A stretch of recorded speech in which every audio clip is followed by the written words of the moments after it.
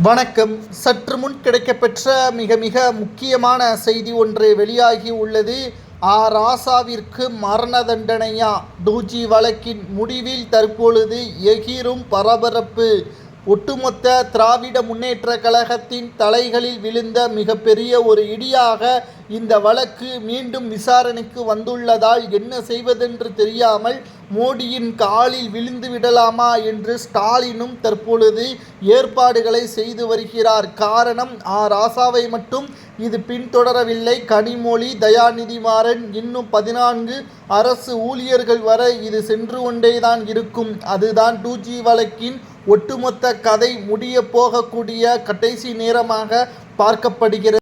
அதாவது திராவிட முன்னேற்ற கழகத்திற்கு பேரிடியாக இந்த செய்தி அமைந்துள்ளது.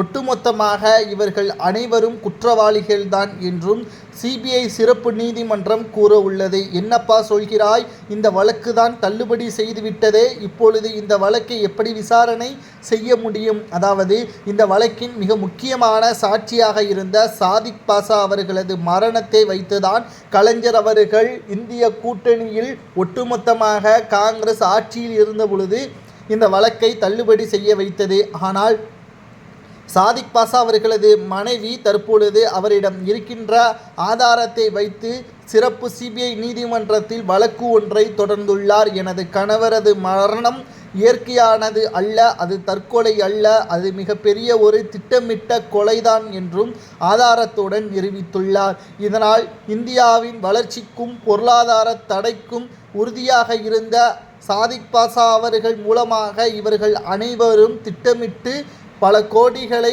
ஊழல் செய்திருப்பதாகவும் பினாமியாக சாதிக் பாஷாவை வைத்திருப்பதாகவும் அன்று சாதிக் பாஷா அவர்கள் நீதிமன்றத்தில் ஆஜராகாமல் இருப்பதற்காக அவரை கொலை செய்ததாகவும் வாக்குமூலத்தை கொடுத்துள்ளார் ஆதாரத்துடன். இந்த விசாரணை கடந்த டிசம்பர் மாதமே ஏற்றுக்கொள்ளப்பட்டது. விசாரணை இன்று ஒத்திவைக்கப்பட்ட நிலையில் இந்த வழக்கின் முதலாவதாக ராசா அவர்கள் மத்திய இணையமைச்சராக இருந்த காரணத்தினால் இன்று அவர் டெல்லி சிறப்பு சிபிஐ நீதிமன்றத்தில் ஆஜராகிறார்.